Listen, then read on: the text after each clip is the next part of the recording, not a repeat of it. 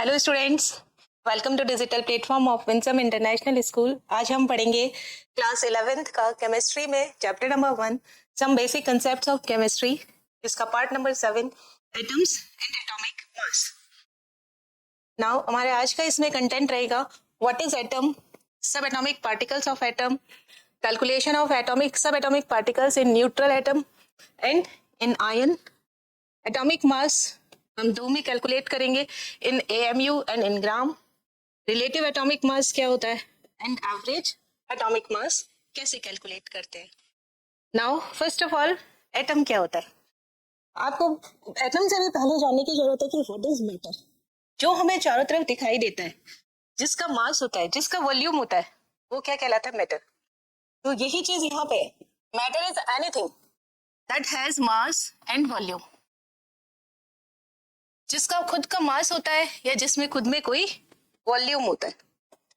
Now अब ये जो मैटर है, जैसे यहाँ पे मैंने कोई एक गैस का पार्टिकल ले लिया, इस गैस के पार्टिकल में बहुत सारे ये जो है वो आपको एटम्स दिखाई दे रहे हैं, येलो कलर के जितने भी हैं ये एटम दिखाई दे रहे हैं। ये कोई मैटर है, एयर बबल ले सकते हैं हम यहाँ पर, ये एयर बबल एक तरीके का मैटर हो गया, और ये क्या हो गया, एटम।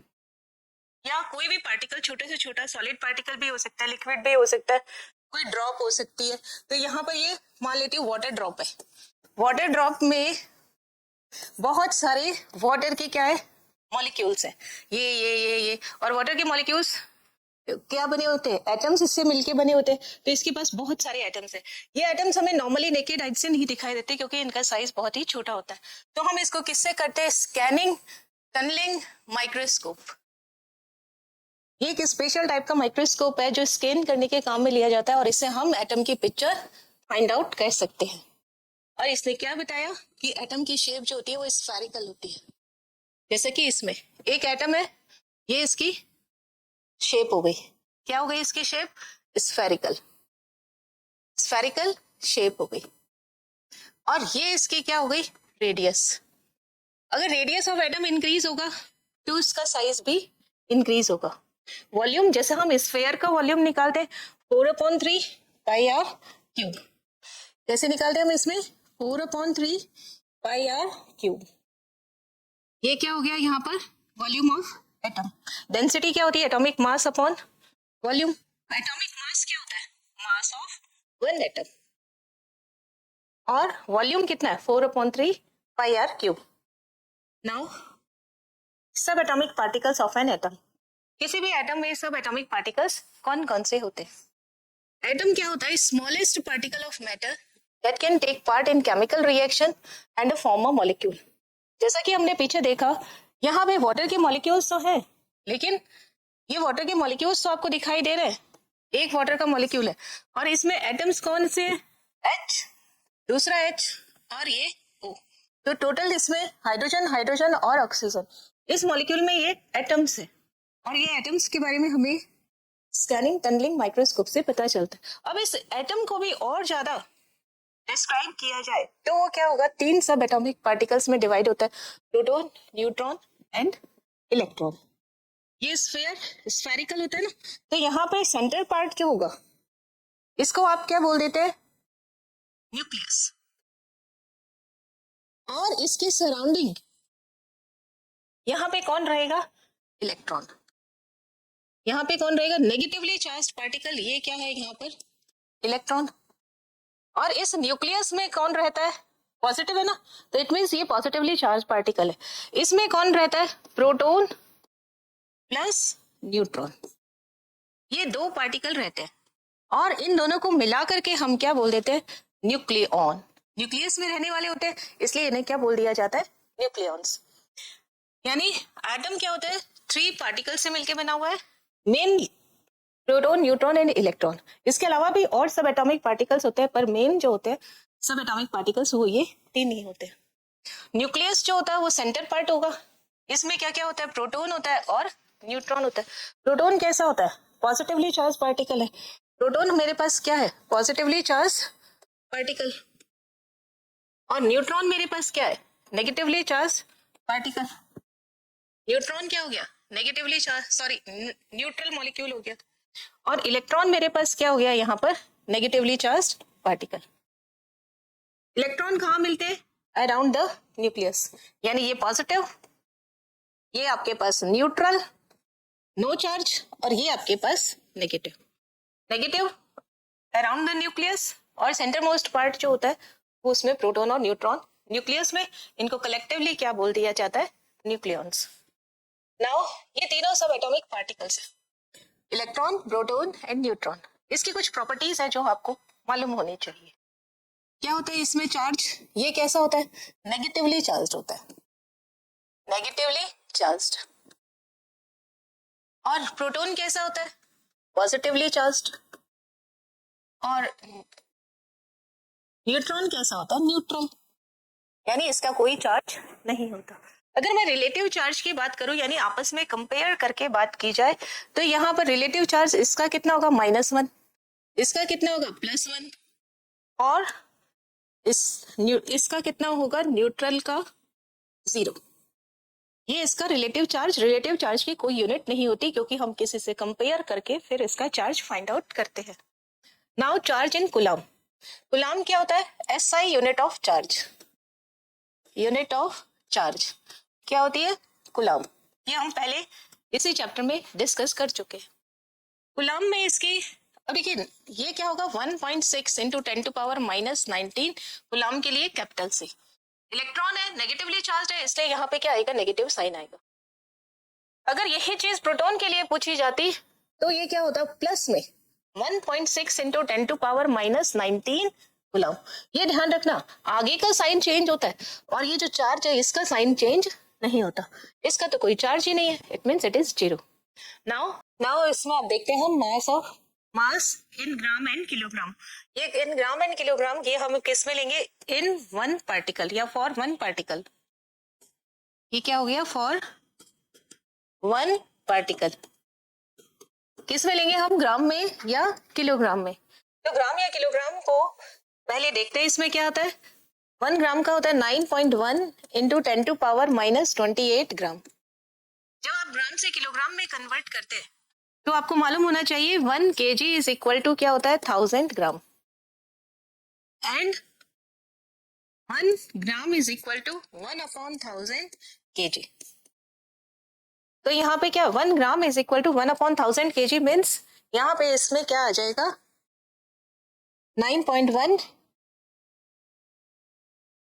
इंटू 10⁻⁻31 kg, क्योंकि आप इसमें 1000 से डिवाइड करोगे, ये 10⁻³ में कन्वर्ट हो जाएगा, तो ये कितना हो जाएगा? -31। इसी तरीके से यहाँ पर इसकी वैल्यू जो होती है 1 प्रोटॉन की मास ग्राम में कितना होता है?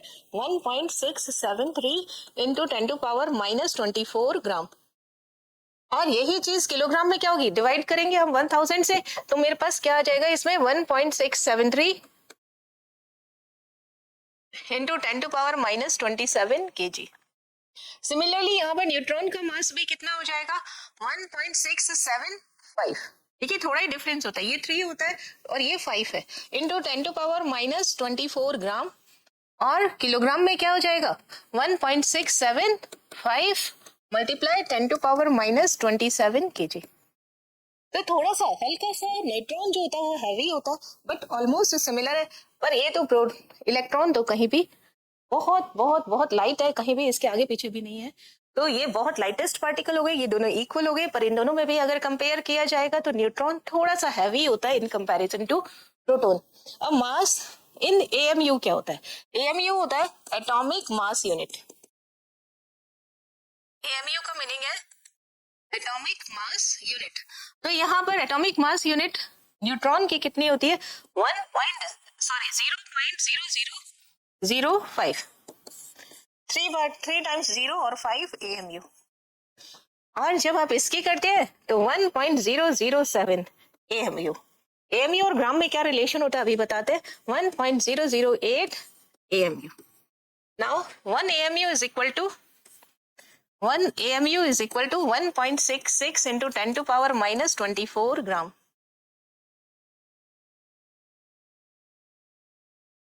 ओके तो यहाँ पर ये यूनिट, अभी इसको आगे बताइए भाई ये कैसे आया। तो जब आप इसको कंपेयर करते हैं, रिलेटिव करते हैं, तो आप देखिए क्या 1.66 इंटू 10⁻⁻27 आप एएमयू में कन्वर्ट करना चाह रहे हैं मास को, तो ये मास डिवाइडेड बाय दिस, तो ये आपके पास कितना आ जाएगा 1.66 10 to 24 to 24 कैंसिल हो गया और ये कितना आ जाएगा नियर अबाउट 1.007 और ये थोड़ा सा ज्यादा है तो 1.008 एएमयू आ जाएगा। Now mass of proton and mass of neutron almost equal होते हैं, लगभग बराबर होते हैं। Now mass of proton and mass of neutron ये तो ऑलमोस्ट इक्वल है ही है, और मास ऑफ इलेक्ट्रॉन से बहुत ही ज्यादा है, बहुत ज्यादा है। नाउ अगर कंपेयर किया जाए मास ऑफ न्यूट्रॉन एंड प्रोटॉन का, तो न्यूट्रॉन का मास ज्यादा होता है और प्रोटॉन का मास कम होता है। ये 1.008 है, ये 1.007 एएमयू है। तो लाइटेस्ट पार्टिकल सब एटॉमिक कौन सा हो गया यहाँ पर? इलेक्ट्रॉन। तीनों में से सबसे हल्का कौन है? इलेक्ट्रॉन। और सबसे हैवीएस्ट कौन है? न्यूट्रॉन। रिप्रेजेंटेशन ऑफ एटम कैसे किया जाता है? एक्स कोई एलिमेंट, यहाँ पे लिखते हैं हम जेड, यहाँ लिखते हैं ए। ए जो है वो मास नंबर है या एटॉमिक मास है। ये आपको क्या कहा जाएगा? Atomic mass. और जेड क्या होगा यहाँ पर? Atomic number. मास क्या होता है? Number of proton plus number of neutron.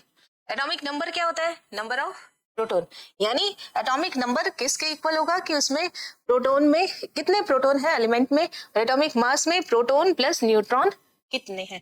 इसे हम अभी फॉर्मूला डिराइव भी करेंगे कि एटॉमिक मास का प्रोटॉन प्लस न्यूट्रॉन इसके नंबर के कैसे एडिशन के इक्वल आता है। नाउ इन न्यूट्रल एटम, यहाँ पे न्यूट्रल एटम में नंबर ऑफ इलेक्ट्रॉन और नंबर ऑफ प्रोटॉन बराबर होंगे, और वो प्रोटॉन कितना होता है? जेड, इसलिए इलेक्ट्रॉन भी क्या हो गया? जेड। जबकि नंबर ऑफ न्यूट्रॉन क्या हो जाएगा? देखिए ए इज इक्वल टू क्या होता है? Z plus N. मुझे क्या फाइंड आउट करना है? एन। तो जेड को ट्रांसफर कर दिया ए माइनस जेड। ये किसका फॉर्मूला आ गया? नंबर ऑफ न्यूट्रॉन का। एटॉमिक मास में से जेड को माइनस कर देंगे तब आपके पास क्या आ जाएगा? Number of neutron. यानी आप ये पीछे देखिए रिप्रेजेंटेशन किया है। अगर मैं यहाँ एन निकालना चाहती हूँ तो मैं क्या करूंगी? ए माइनस जेड। ए की वैल्यू हमेशा जेड से ज्यादा आती है। सिर्फ एक ही एलिमेंट ऐसा है जिसमें ए और जेड जो होता है इक्वल होता है, that is the hydrogen. Only for hydrogen. Hydrogen के लिए आपके पास A equal to Z equal to 1।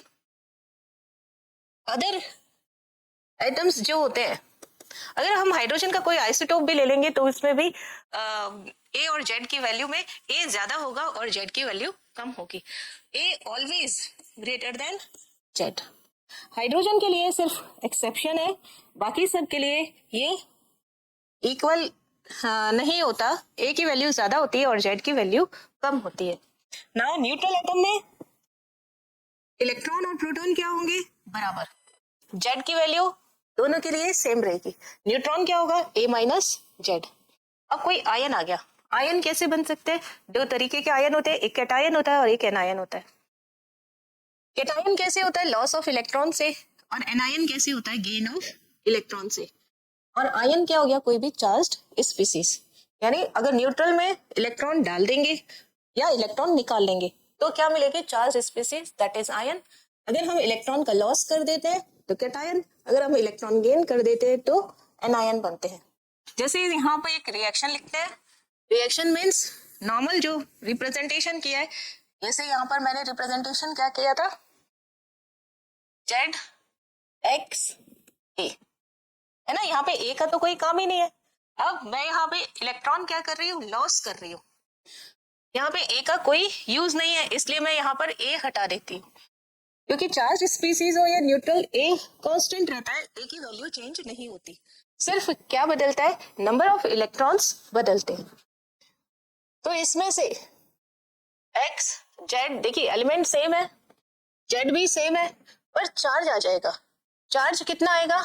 X या वाई। एक्स मैंने यहाँ ले लिया तो मैं यहाँ पर वाई ले लेती हूँ, तो ये क्या हो गया? Plus Y. और वाई क्या हो जाएगा? यहाँ पे इलेक्ट्रॉन बाहर निकल जाएंगे। ये किसकी इक्वेशन हो गई है? कैटायन की, कैटायन की फॉर्मेशन की। एक्स यहाँ पे क्या है? कोई एलिमेंट है। एक्स यहाँ पे क्या है? एलिमेंट। जेड यहाँ पर क्या है, नंबर ऑफ प्रोटॉन। देखिए जब न्यूट्रल होगा ना तो नंबर ऑफ प्रोटॉन और नंबर ऑफ इलेक्ट्रॉन इक्वल होते हैं, लेकिन जब चार्ज स्पीसीज आ गई तो हमने क्या किया, इलेक्ट्रॉन का लॉस कर दिया या इलेक्ट्रॉन गेन कर लिया, तो इट मीन्स इसके पास नंबर ऑफ प्रोटॉन और इलेक्ट्रॉन इक्वल नहीं होंगे। तो ये कैसे बनता है, लॉस ऑफ इलेक्ट्रॉन से। नंबर ऑफ इलेक्ट्रॉन कैसे निकालेंगे, इसमें जितना जेड है उसमें माइनस कर दो आप चार्ज, ये फॉर्मूला होता है। अब माइनस चार्ज कर दिया मीन्स इसमें से आपने प्रोटॉन निकाल दिया, जेड माइनस प्लस वाई, तो क्या हो जाएगा, यहाँ पर कितने इलेक्ट्रॉन निकल गए उतने कम हो जाएंगे और आपके पास नंबर ऑफ इलेक्ट्रॉन आ जाएगा। क्या हो जाएगा यहाँ पर, Z plus sorry Z minus Y, minus plus का वाई, चार्ज कितना है प्लस वाई, तो ये कितना हो गया, जेड माइनस वाई। किसी भी कैटायन में नंबर ऑफ इलेक्ट्रॉन क्या होगा, Z minus Y means charge कितना है। नंबर ऑफ प्रोटॉन कितना रहेगा, जेड, नंबर ऑफ न्यूट्रॉन कितना रहेगा, ए माइनस जेड। अब देखिए एनायन बनाते हैं हम, एनायन के लिए क्या होगा, डेफिनेशन देखिए, क्या करेगा, ये इलेक्ट्रॉन को गेन करेगा। जब ये इलेक्ट्रॉन को गेन करेगा, ये कोई एलिमेंट, ये जेड, इसने इलेक्ट्रॉन गेन किया कितना, वाई इलेक्ट्रॉन गेन कर लिया। जब कोई इलेक्ट्रॉन गेन करता है तो उस पर क्या चार्ज आता है, नेगेटिव चार्ज, तो ये क्या हो गया, जेड एक्स, कितना नेगेटिव आएगा, जितना इलेक्ट्रॉन ये गेन करेगा, तो ये कितना हो गया, माइनस का वाई। अब इसमें नंबर ऑफ इलेक्ट्रॉन कैसे काउंट करेंगे, नंबर ऑफ इलेक्ट्रॉन काउंट करने का फॉर्मूला होता है जेड माइनस चार्ज। अब चार्ज आपके पास कितना है, माइनस का Y, minus Y is equal to कितना हो गया, जेड प्लस वाई, यानी जितना चार्ज है नेगेटिव वो आप जेड में ऐड कर दीजिए, तो आपके पास number of electron find out हो जाएंगे for an ion. Number of proton क्या रहेगा, जेड, नंबर ऑफ न्यूट्रॉन क्या रहेगा, A minus Z. Now next question देखते हैं, calculate number of electron proton and neutron in nitrogen 14। अब यहाँ पर आपको दिया नहीं गया है, पहले तो ये देखते हैं गिवन क्या है आपके पास, गिवन है आपके पास N14, बस इतना ही है और इसमें कुछ भी गिवन नहीं है, लेकिन इनडायरेक्ट वे में यहाँ पे जेड की वैल्यू भी गिवन है, क्योंकि जेड कैसे फाइंड आउट करते हैं, यहाँ पर एलिमेंट और यहाँ पर इसका एटॉमिक नंबर। तो यहाँ पे एलिमेंट अगर एटॉमिक नंबर 1 है, पहले नंबर लिख देते हैं और उसके बाद एलिमेंट लिख देंगे। 1 है तो ये हो जाएगा हाइड्रोजन, 2 है तो हीलियम, 3 है तो लिथियम, 4 है तो कार्बन ये बेरिलियम, 5 है तो boron, 6 carbon, 7 nitrogen, 8 oxygen, 9 fluorine, 10 यहाँ पर neon.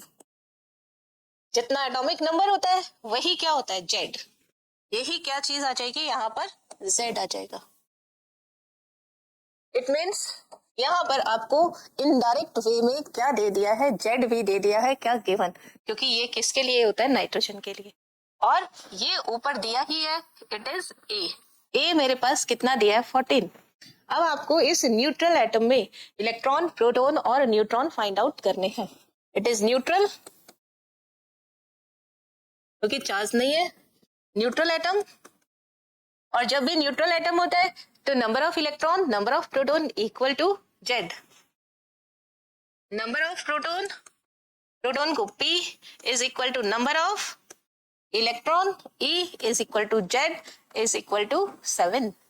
And number of neutron कैसे निकालेंगे, नंबर ऑफ न्यूट्रॉन का फॉर्मूला होता है A माइनस जेड। अब देखिए बड़ा कौन है, A, छोटा कौन है, 7, तो आपको क्या करना है, 14 माइनस 7 दैट इज 7। तो आंसर क्या आ जाएगा, प्रोटॉन मेरे पास कितना होगा 7, इलेक्ट्रॉन मेरे पास कितना होगा 7 एंड न्यूट्रॉन भी कितना होगा 7,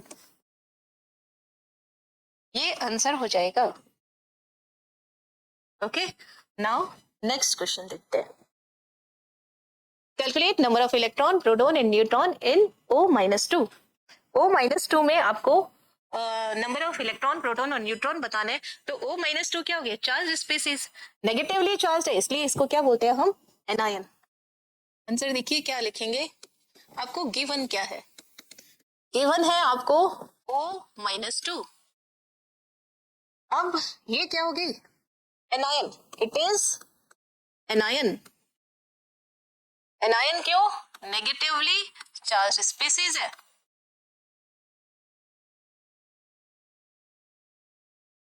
और जब भी नेगेटिवली चार्ज स्पीसीज होती है तो उसके अंदर इलेक्ट्रॉन कैसे कैलकुलेट करते हैं? Z minus minus charge. यहाँ पे और क्या गिवन है? इनडायरेक्ट वे में ए जेड ये दोनों ही लिखेंगे। पीछे देखिए आपको ए कितना, जेड कितना दिया है ऑक्सीजन के लिए, ये ऑक्सीजन, ऑक्सीजन के लिए जेड कितना दे दिया यहाँ पर? 8। अब इसका एटॉमिक मास, हाइड्रोजन का 1 ही होता है, ठीक है। कार्बन का आपको ध्यान रखना है 12, नाइट्रोजन का ध्यान रखना है 14, ऑक्सीजन का ध्यान रखना है 16। आगे की जरूरत नहीं है, इतने आपको ध्यान होने चाहिए, लर्न होने ही चाहिए। तो इट मीन्स इसका एटॉमिक मास कितना दे दिया ऑक्सीजन का? 16। तो ए कितना हो गया? 16। और एटॉमिक नंबर कितना है इसका? 8।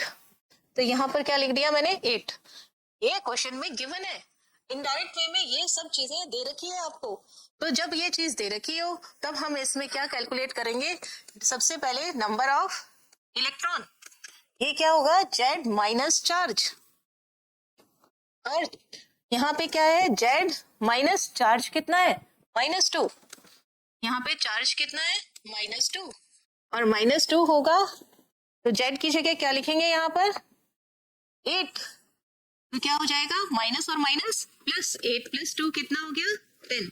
यानी O-2 में इलेक्ट्रॉन कितने हैं? 10। Now number of proton, proton किसके इक्वल टू होता है? जेड के, that is 8। Now number of neutron, neutron is A minus Z, it means 16 - 8, that is 8। अब आंसर देखिए कैसे लिखेंगे इसमें। आंसर NO-2, P कितना है? 8, N कितना है? 8, और इलेक्ट्रॉन कितने हैं? 10। ये आपके पास आंसर आ जाएगा। ओके, नाउ नेक्स्ट क्वेश्चन देखते हैं इसमें कैटायन के लिए। Calculate number of electron, proton and neutron in aluminium +3। अब देखिए एल्यूमिनियम +3 है, 10 तक हमने एटॉमिक नंबर लिख लिया, 11 से लेकर के 20 तक यहाँ लिखेंगे। आंसर देखिए गिवन क्या है आपको, हमेशा क्वेश्चन के अंदर जो गिवन हो उसे सबसे पहले लिख लो। यहाँ पे क्या गिवन है? Aluminium +3, it means it is charge particle. कौन सा चार्ज है इसके ऊपर? पॉजिटिव, इसलिए इसे क्या बोलते हैं हम? Cation. It is positively charge species, और इसी को क्या बोलते हैं? That is cation. अब यहाँ पे चार्ज कितना दिया इसने? गिवन है +3। अब मुझे जेड भी पता होना चाहिए और ए भी मालूम होना चाहिए। ए और जेड मालूम करने के लिए आप यहाँ पर टेबल में सबसे पहले एटॉमिक नंबर, एटॉमिक नंबर को किससे रिप्रेजेंट करते हैं? जेड से। देन एलिमेंट, एलिमेंट को किससे रिप्रेजेंट करते हैं? एक्स से। And atomic mass, atomic mass को रिप्रेजेंट किया जाता है ए से। इस तरीके से एलिमेंट का रिप्रेजेंटेशन क्या हो जाता है? जेड, एक्स एंड ए। 10 तक हमने लिख लिया। 11 sodium, 12 magnesium, 13 aluminium, 14 silicon, 15 phosphorus, 16 sulphur, 17 chlorine, 18 argon, 19 potassium and 20 calcium. अब इनमें से कुछ एटॉमिक वेट हमें मालूम होने चाहिए, एटॉमिक मास हमें मालूम होना चाहिए। Sodium 23, magnesium 24, aluminium 27, silicon 28, phosphorus 31, sulphur 32, chlorine 35.5। इसी सेशन में हम इसका एवरेज एटॉमिक मास से बताएंगे कि ये 35.5 क्यों आता है। And potassium 39 and calcium 40। Aluminium के लिए जेड कितना है? देखिए यहाँ पे हमारे पास में जेड कितना है? जेड ये रहा और ए भी ये रहा। तो जेड मेरे पास यहाँ पर कितना है? 13। और ए कितना है मेरे पास में 27। तो मैं यहाँ पर नंबर ऑफ प्रोटॉन निकालूंगी, नंबर ऑफ इलेक्ट्रॉन निकालूंगी और नंबर ऑफ न्यूट्रॉन। सबसे पहले नंबर ऑफ इलेक्ट्रॉन। इलेक्ट्रॉन कैसे निकालते हैं? Formula Z minus charge. यहाँ पे चार्ज कितना है? +3। जेड माइनस +3, जेड की जगह वैल्यू रखेंगे कितनी? 13। तो मेरे पास कितना आ जाएगा? 13 - 3 दैट इज 10। और नंबर ऑफ प्रोटॉन ये किसके इक्वल होता है? जेड के, that is 13। And number of neutron A minus Z, यानी 27 - 13 दैट इज 14। तो आप आंसर कैसे लिखेंगे इसका? आंसर कैसे लिखेंगे? इन aluminium +3, electron 10, proton 13, neutron 14। It is answer. Okay, अब हम पढ़ते हैं एटॉमिक मास। एटॉमिक मास में व्हाट इज एटॉमिक मास और इसकी क्या क्या यूनिट्स होती है उसे हम देखते हैं और कैसे कैलकुलेट किया जाता है। The mass of an atom, एक मास का जो एटम होता है, एक एटम का जो मास होता है उसे ही हम क्या बोल देते हैं? एटॉमिक मास। इसकी कई यूनिट्स है, इसे हम एएमयू में रिप्रेजेंट करते हैं, लेटेस्ट में इसे यूनिफाइड मास यूनिट बोलते हैं, और डाल्टन एंड ग्राम। अभी रिसेंट के अंदर 3 ही चल रहा है, एएमयू, यू, ग्राम। एएमयू और यू एक ही मीनिंग है, एएमयू और ग्राम में रिलेशन हम पढ़ेंगे तो अपने आप ही यू हो जाएगा। Now atomic mass is equal to total mass of electron plus total mass of proton plus total mass of neutron. अभी हमने पढ़ा कि मास, ये एटम, एटम में स्फेरिकल होता है, ये स्फेयर, इलेक्ट्रॉन इसके surrounding, it is nucleus. Nucleus में कौन रहता है? न्यूट्रॉन प्लस प्रोटॉन, और इलेक्ट्रॉन इसके सराउंडिंग रहता है। Number of proton and number of electron equal होते हैं, और n + p इसे अपने बोला एटॉमिक मास। कैसे हुआ a is equal to n + p, इसे ही हम डिराइव करने वाले हैं। टोटल मास ऑफ इलेक्ट्रॉन क्या होगा? मास of one electron, mass of one electron multiply number of electron. Okay, now plus mass of one proton plus multiply number of proton, mass of one proton multiply number of proton. Now neutron के लिए क्या आएगा? मास of one neutron multiply number of neutron, है ना? तो एक electron का मास कितना होता है? अगर ग्राम में लिया जाए तो मास ऑफ वन इलेक्ट्रॉन कितना हो जाता है? 9.1 इंटू 10⁻⁻28 ग्राम। और नंबर ऑफ इलेक्ट्रॉन किसके इक्वल होता है? जेड के। Plus mass of one proton कितना होता है? 1.67 मल्टीप्लाई 10⁻⁻24। नंबर ऑफ प्रोटॉन भी कितना होता है? Z. Now mass of one neutron, ये 1.673 होता है और ये 1.675 होता है, मल्टीप्लाई 10⁻⁻24 ग्राम मल्टीप्लाई ए माइनस जेड। तो यहाँ पे देखो ये कितना? माइनस का 28, ये कितना? माइनस का 24। तो यहाँ पर ये बहुत ही, ये -28 है, बाकी ये दोनों क्या? -24 है, ये भी कितना? -24। तो ये बहुत ही क्या हो गई? Small unit. ये क्या हो गया? Small, very small in comparison to proton and neutron. तो हमारे पास ये, इसको हम क्या कर सकते हैं? इसे मैंने क्या कर दिया? नेग्लेक्ट, 0, है ना? So it is neglected. इसे क्या कर दिया गया? Neglect. Now it means atomic mass क्या हो गया मेरे पास में?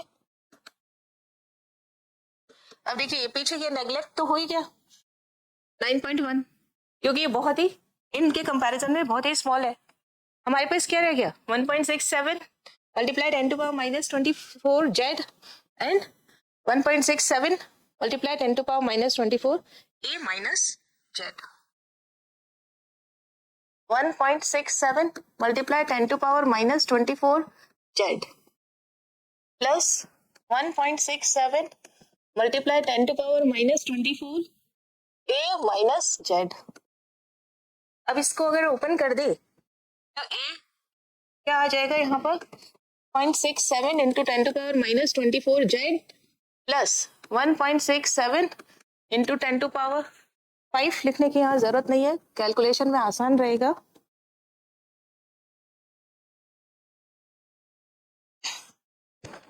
n to power minus 24 first एक बार a से हो जाएगा minus 1.67 multiply 10 to power minus 24 Z. एक प्लस में है और एक माइनस में, तो ये इससे क्या हो जाएगी कैंसिल। नाउ कितना आ जाएगा 1.67 मल्टीप्लाई 10 टू पावर माइनस 24 ए। ये क्या हो गया एटॉमिक मास, यूनिट क्या आ गई ग्राम। पीछे सारी यूनिट्स क्या थी हमारे पास, इट इज ग्राम। अलग पेन से लिख देती हूँ यहाँ पर, ये किस में ग्राम में, ये भी किस में ग्राम में, ये भी किस में ग्राम में, तो हमारे पास में ये यूनिट सब किस में आएंगे ग्राम में आएंगे। यानी एटॉमिक मास जो होगा, क्या फॉर्मूला आ गया, atomic mass is equal to A multiply 1.67 multiply 10 to power minus 24 gram. और ए क्या है यहाँ पर P प्लस एन, है ना। तो ये यहाँ इसे आप बोलते हैं 1 AMU, यानी 1 atomic mass unit, atomic mass unit. तो आप इसे क्या लिख सकते हैं, atomic mass is equal to AAMU।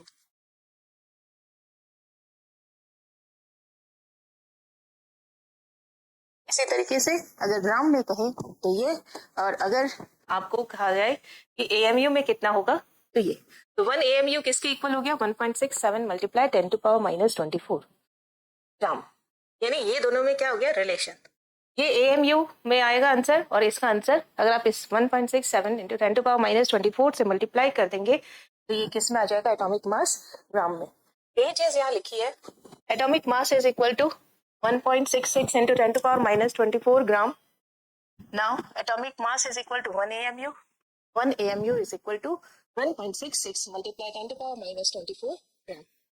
यानी आपको जितने भी अगर AMU में कैलकुलेट करना है तो आपको क्या करना पड़ेगा, 1 ग्राम में कैलकुलेट करना है तो इससे मल्टीप्लाई करोगे, AMU में कन्वर्ट करना है तो इससे डिवाइड कर देंगे।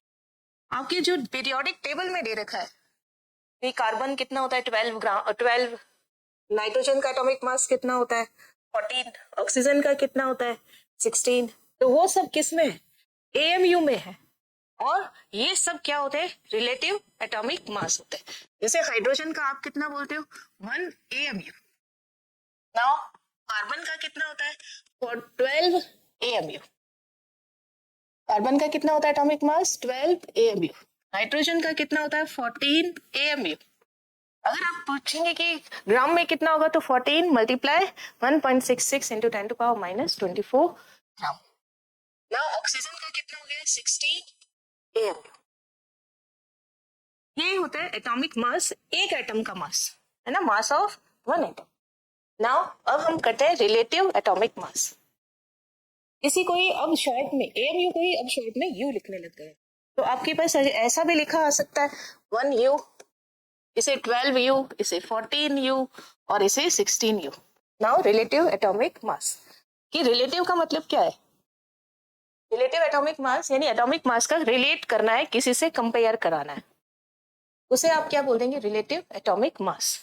किससे कंपेयर कराया गया, फर्स्ट ऑफ ऑल हाइड्रोजन से कंपेयर कराया गया, देन ऑक्सीजन से कंपेयर कराया गया, और सबसे लेटेस्ट किससे कंपेयर कराया गया है कार्बन 12। क्यों कार्बन 12 यूज में लिया इसे भी पढ़ेंगे हम। रिलेटिव एटॉमिक मास का मतलब क्या होता है कि एक बैलेंस, यहाँ पे बैलेंस तराजू ले रखा है, ये वन साइड, ये टू एट अदर साइड। अब यहाँ पर मैंने क्या रख दिया है, कार्बन 12। कार्बन कितना रख दिया, 12। और आपको कंपेयर किससे कराना है, बाकियों को फाइंड आउट करना है। तो यहाँ पर इसका मतलब हाइड्रोजन का कितना है, 1। अब इसको बराबर करना है तो हाइड्रोजन के कितने नंबर लाने पड़ेंगे, यहाँ पे 12 हाइड्रोजन यहाँ पर रखने पड़ेंगे, है ना। तो इसका मतलब 1 2 3 4 5 6 7 8 9 10 11 एंड 12। हाइड्रोजन यहाँ पर कितने हो गया, 12। तब ये इन दोनों की क्या होगा, इक्वल होगा। इट मीन्स हाइड्रोजन का रिलेटिव एटॉमिक मास कितना है, 1 AMU। आपके जो सीधे सीधे दे रखे ना 12 AMU 14 AMU, इसका मतलब है कि इसे कंपेयर करके ही दिया गया। Now it is ratio of, ration नहीं, it is ratio of actual mass of atom with respect to 1/12 the mass of carbon 12 atom। मतलब मास ऑफ 1 एटम ये किस में आएगा, AMU में, है ना। और ये किस में आएगा आपके पास में, C कार्बन का AMU इंटू 1/, जिससे कंपेयर किया है तो 12 से 12 कैंसिल हो गया, है ना। 1/12 है ना मास ऑफ 1 एटम, तो 12 से 12 कैंसिल हो गया, आंसर कितना आ गया, AMU, 1 एटम का atomic mass. Now relative atomic mass, अब इधर भी क्या है AMU, इधर भी क्या है AMU, तो AMU टू AMU कैंसिल हो जाता है। रेशो की कोई यूनिट नहीं होती है, जैसे A/A, ये भी एटॉमिक मास, ये भी एटॉमिक मास, इसकी यूनिट भी AMU, इसकी यूनिट भी AMU, तो AMU से AMU कैंसिल हो गया, तो आपके पास में ये क्या है 1/12 कार्बन का एटॉमिक मास यानी 12। तो इट मीन्स यहाँ पे आंसर कितना आ जाएगा, AMU कोई यूनिट नहीं होती, रिलेटिव एटॉमिक मास की कोई यूनिट नहीं होती। जैसे 1 AMU हम काउंट करना चाहते हैं, 1 AMU का मीनिंग क्या हो गया, ये जो पूरा है ये किसके इक्वल होता है, 1 AMU के। तो 1 AMU क्या हो गया, 1/12 mass of 1 atom of C12। Now अगर मैं 1 AMU कैलकुलेट करना चाहती हूँ, किससे कंपेयर कराना चाहती हूँ मैं, हाइड्रोजन 1 से, तो 1/1 हो गया। सिमिलरली अगर मैं ऑक्सीजन से कंपेयर कराना चाहती हूँ, 1 AMU का ऑक्सीजन से कंपेयर कराना चाहती हूँ, तो 1/ एटॉमिक वेट कितना है, 16 multiply mass of 1 atom of O16, O16 का कितना हो जाएगा यहाँ पर 16 AMU, है ना। तो 1/16 मल्टीप्लाई 16 क्या हो गया AMU, तो 16 to 16 कैंसिल, तो आपके पास क्या आंसर आ जाएगा 1 AMU। मीन्स जो भी दिया जा रहा है यहाँ पर उसका एटॉमिक मास इधर क्या रखोगे आप AMU में, और यहाँ पर जो उसका AMU में मास आता है वही रखते हैं, तो टोटल ये किसके इक्वल हो जाता है 1 AMU के। कहने का मतलब ये है, इसका मतलब ये हो गया कि ये जो चीज है ये कितनी आ रही है यहाँ पर 1 AMU के इक्वल आ रही है, 1 AMU, और ये ऊपर का कितना है AMU, तो ये कैंसिल हो गया, तो आपके पास रिलेटिव एटॉमिक मास कितना आ जाएगा A। सो इसीलिए ये यूनिटलेस है, और जब जिससे हमें कंपेयर कराना होता है वो उसी से हम डिवाइड कर देते हैं, तो हमारे पास 1 AMU आ जाएगा। अब रिलेटिव एटॉमिक मास में हमने कार्बन ही क्यों चूज किया, इसके 3 रीजंस है।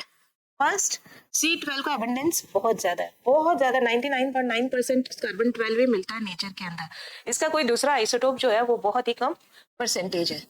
कार्बन 12 की रिएक्टिविटी कम है, अबंडेंस हाई, रिएक्टिविटी लो। और जब हम रिलेटिव एटॉमिक मास निकालते हैं, कैलकुलेट किया जाता है, तो फ्रैक्शन में नहीं आकर के होल नंबर में आता है आंसर, इसीलिए इसका यूज ज्यादा किया गया है। जैसे कार्बन का कितना है 12, है ना, और हाइड्रोजन का कितना है 1, तो पूरा होल नंबर है ये। ऑक्सीजन का 16 है, नाइट्रोजन का 14 है, तो यहाँ पे ये होल नंबर में आने की वजह से इसका यूज कार्बन का ज्यादा किया जाता है। एक एग्जांपल देखते हैं हम, mass of 1 atom is 3.32 into 10⁻⁻24 gram. 1 atom का मास कितना दे रखा है क्वेश्चन में, इतने ग्राम दे रखा है। Now then calculate the number of nucleons. Nucleons का मतलब क्या है, neutron and proton present in 2 atoms of an element. तो यहाँ पर आपको कैसे कैलकुलेट करना है, आंसर देखिए, मास ऑफ 1 एटम दे रखा है आपको कितना 3.32 into 10⁻⁻24 gram. Mass of 1 atom कितना दे दिया है 3.32 into 10⁻⁻24 ग्राम। आपको इसको पहले किस में कन्वर्ट करना है, एएमयू में। वी नो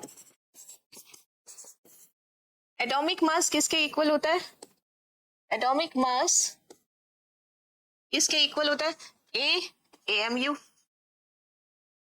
या ए मल्टीप्लाई, ग्राम की बात करें तो 1.66 या 67 मल्टीप्लाई 10 टू पावर -24 ग्राम, ये किसके इक्वल हो गया, ये mass of one atom 3.32 multiply 10 to power -24 gram. AMU किसके इक्वल हो जाता है, इसके, ये कुछ ये हमने अभी फॉर्मूले में देखा ही है, बैक में देखिए, बैक में फॉर्मूला आपके क्या है, 1 एएमयू एटॉमिक मास क्या होता है, atomic mass atom mass of one atom AMU. तो हमने ये इसको एएमयू की जगह क्या रख दिया है, ये। तो जब हम इसको काटेंगे करेंगे तो क्या आ जाएगा, 10 टू पावर -24 से 24 कैंसिल, जी से जी कैंसिल, 1.66 या 67, तो नियर अबाउट कितना हो जाएगा 2, तो ए की वैल्यू कितनी आ गई 2, यानी आपके पास में एटॉमिक मास कितना आ गया 2। या एटॉमिक ए किसके इक्वल होता है, न्यूट्रॉन प्लस प्रोटॉन के, आपके पास क्या आ गया ए इक्वल्स टू 2। ए क्या होता है, neutron plus proton is equal to 2। ये किसका है, फॉर वन एटम, और फॉर 2 एटम्स क्या हो जाएगा, क्वेश्चन में दे रखा है कि आपको 2 एटम से निकालना है, तो 2 इंटू ए, यानी 2 into 2 means 4। Neutron plus proton कितना हो जाएगा यहाँ पे 4 और 2 एटम, ये 1 एटम है, ये 2 एटम्स। ये क्वेश्चन में आपसे पूछा गया था और ये इसका आंसर हो गया,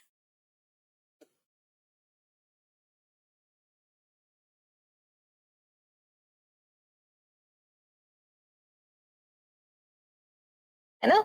नाउ एक और देखिए क्या कहता है ये क्वेश्चन, एवरेज एटॉमिक मास क्या होता है, it is average of atomic mass of naturally occurring isotopes of an element.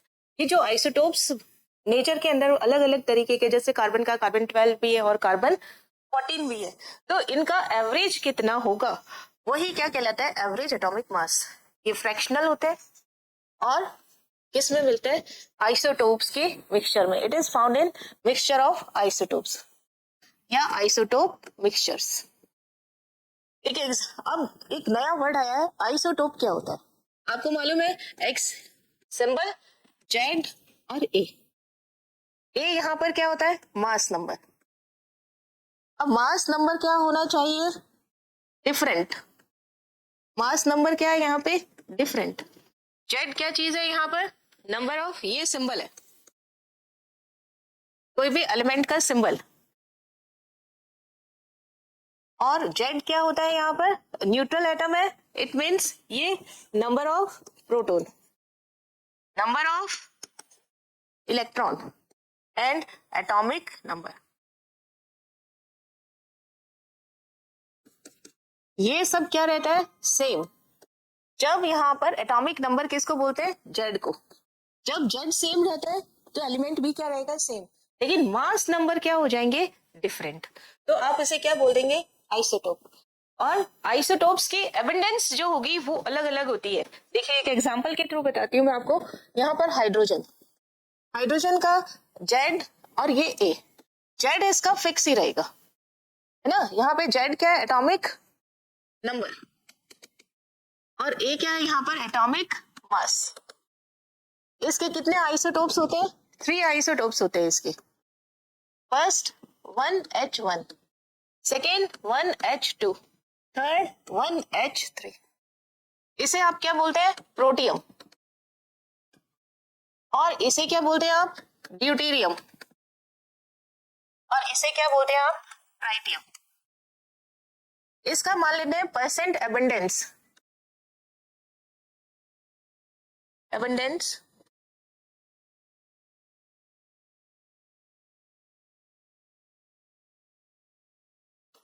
मान लेते हैं ये परसेंट x1 है, ये परसेंट x2 है, ये परसेंट x3 है, ठीक है। तो यहाँ पर एवरेज एटॉमिक मास कितना हो जाएगा, एवरेज एटॉमिक मास कितना हो जाएगा इसका कि इसका मास नंबर कितना है, इसका मास नंबर कितना है आपके पास में m1, और इसका मास नंबर कितना है m2, इसका मास नंबर कितना है m3। एवरेज कैसे निकालते हैं आप, m1 को मल्टीप्लाई कर दो किससे, x1 से, प्लस m2 को मल्टीप्लाई कर दो x2 से, m3 को मल्टीप्लाई कर दो x3 से, टोटल क्या हो जाएगा x1 plus x2 plus x3। जब परसेंटेज फाइंड आउट होता है तो इन दोनों तीनों का सम क्या हो जाएगा, x1 plus x2 plus x3 किसके इक्वल टू हो जाता है 100 के। तो इस तरीके से हम एटॉमिक मास कैलकुलेट कर सकते हैं, एवरेज एटॉमिक मास को कैलकुलेट किया जा सकता है, और टोटल जो इसका एबंडेंस होता है वो कितना रहेगा 100, क्योंकि ये परसेंटेज में फाइंड आउट किया गया है। ये चीज यहाँ पे बताई भी गई है, ये देखिए एवरेज एटॉमिक मास m1 x1 m2 x2 m3 x3 upon 100, x1 plus x2 plus x3। अब देखिए जो हमने एग्जांपल लिया यहाँ पर एटॉमिक नंबर क्या है 111, मास क्या है डिफरेंट, तो यानी आपके पास यहाँ पे p किसके बराबर है z के, e किसके बराबर है z के, और एटॉमिक नंबर क्या है यहाँ पर z, ये तीनों क्या है सेम। क्या डिफरेंट है, मास डिफरेंट है, इसलिए ये इसके क्या हो गए आइसोटोप्स हो गए। हाइड्रोजन के कितने आइसोटोप्स होते हैं 3, प्रोटियम ड्यूटेरियम एंड ट्राइटियम, और इस तरीके से इसका एवरेज एटॉमिक मास निकाला जाता है, कैलकुलेट किया जाता है। तो अभी आपने पढ़ा एवरेज मॉलिक्यूलर एटॉमिक वेट कैसे फाइंड आउट करते हैं, इससे रिलेटेड ही न्यूमेरिकल्स है। आइसोटोप्स ऑफ बोरोन कौन कौन से है, B10 and B11। Abundance percentage given है 20%, 80%। कैलकुलेट क्या आपको करना है, average atomic mass. Average atomic mass के लिए आपका फॉर्मूला क्या आपने अभी देखा, average atomic mass is equal to m1, यानी एटॉमिक मास, ये इसका क्या हो गया m1, और ये क्या हो गया यहाँ पर m2, ये क्या हो गया x1, और ये क्या हो गया यहाँ पर x2। m1 x1 plus m2 x2 upon x1 plus x2, है ना, परसेंटेज में गिवन है। यानी आपके पास बोरोन एक एलिमेंट है, इसके अंदर ये Z, ये A, यहाँ पे आपके पास 2 मास है, m1 कितना है आपके पास 10, दूसरा क्या है m2 कितना है यहाँ पर 11, इसका एबंडेंस कितना है यहाँ पर x1 20% और x2 कितना है यहाँ पर 80%, और आपको क्या फाइंड आउट करना है, एवरेज एटॉमिक मास। इन दोनों को मल्टीप्लाई करो, इन दोनों को मल्टीप्लाई करो अपॉन, और दोनों को ऐड कर दो, और अपॉन क्या कर दो, टोटल कर दो किसका 20 प्लस 80 एबंडेंस का। तो यहाँ पर सबसे सिंपलेस्ट है ये, पर बहुत बार पूछ लिया जाता है इसे, एवरेज एटॉमिक मास हम फाइंड कर रहे हैं किसका, बोरोन का, और बोरोन का जेड कितना होता है, hydrogen helium lithium beryllium boron, यानी यहाँ पे जेड कितना है 5, जिससे हमें कोई मतलब नहीं है, क्योंकि आइसोटोप के लिए जेड चेंज नहीं होता। तो ये कितना हो गया 10 इंटू 20 प्लस 11 इंटू 80 अपॉन में क्या है 20 प्लस 80, क्योंकि सभी चीजें हम परसेंटेज के लिए फाइंड आउट कर रहे हैं, इसलिए परसेंट साइन हटा दिया है, सबको ऐड कर दिया। तो यहाँ पे हम इसको कैसे सॉल्व करते हैं, एक तो तरीका है कि आप इन दोनों को मल्टीप्लाई करो, फिर इन दोनों को मल्टीप्लाई करो, और फिर इसको डिवाइड कर दो। यहाँ पे तो कैलकुलेशन इजी है, तो आप आराम से कर सकते हैं। कितना हो गया यहाँ पर 20 इंटू 10 200, 11 इंटू 8 880 अपॉन में कितना हो गया 100। अब ऐड किया इन दोनों को तो ये कितना आ गया 1080 अपॉन 100, आंसर कितना आ गया 10.80। It is average atomic mass of boron. Average जो होता है वो फ्रैक्शन में आएगा हमेशा, यानी डेसिमल में आंसर आएगा, ये ध्यान रखना है। और आप देखिए यहाँ पर परसेंट एबंडेंस किसकी ज्यादा है, B11 की, इसलिए एवरेज एटॉमिक मास भी किसकी तरफ होगा, B11 की तरफ होगा। B10 की परसेंटेज कम है और B11 की ज्यादा है, यानी हम बता सकते हैं कि एबंडेंस अगर मुझे यहाँ नहीं दिया हो, B10 दिया हो, B11 दिया हो और एवरेज दिया हो, तो आपसे ही अगर पूछा जाए कि बताइए किसकी एबंडेंस ज्यादा होगी, तो हम बता देंगे कि भैया B11 की ज्यादा होगी, क्योंकि ये नियर अबाउट 11 है। नाउ नेक्स्ट क्वेश्चन देखिए, बहुत ही इंपॉर्टेंट क्वेश्चन जिसमें आप Cl का लर्न करते हैं कि Cl का एटॉमिक मास कितना होता है 35.5। किस तरीके से आता है जैसे हम अभी बता रहे हैं। आइसोटोप ऑफ क्लोरीन, क्लोरीन के दो आइसोटोप है Cl35 एंड Cl37। Cl35 का एबंडेंस कितना है 75% और Cl37 का एबंडेंस कितना है 25%। और आपको क्या कैलकुलेट करना है यहाँ पर इसका एवरेज एटॉमिक मास। जैसा हमने अभी बताया कि एवरेज एटॉमिक मास इसका फॉर्मूला क्या होता है, एवरेज बार बार लिखने से ही आपको याद रह जाएगा।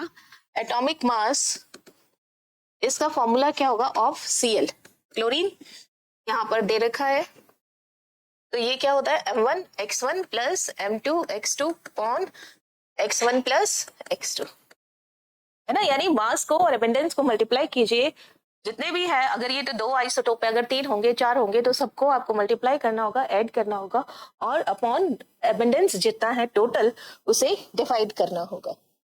तो यहाँ पर क्या दे रखा है Cl जेड ए, जेड यहाँ पर कितना है 17। जितने भी आइसोटोप्स होते हैं उनके लिए जेड की वैल्यू हमेशा सेम रहती है।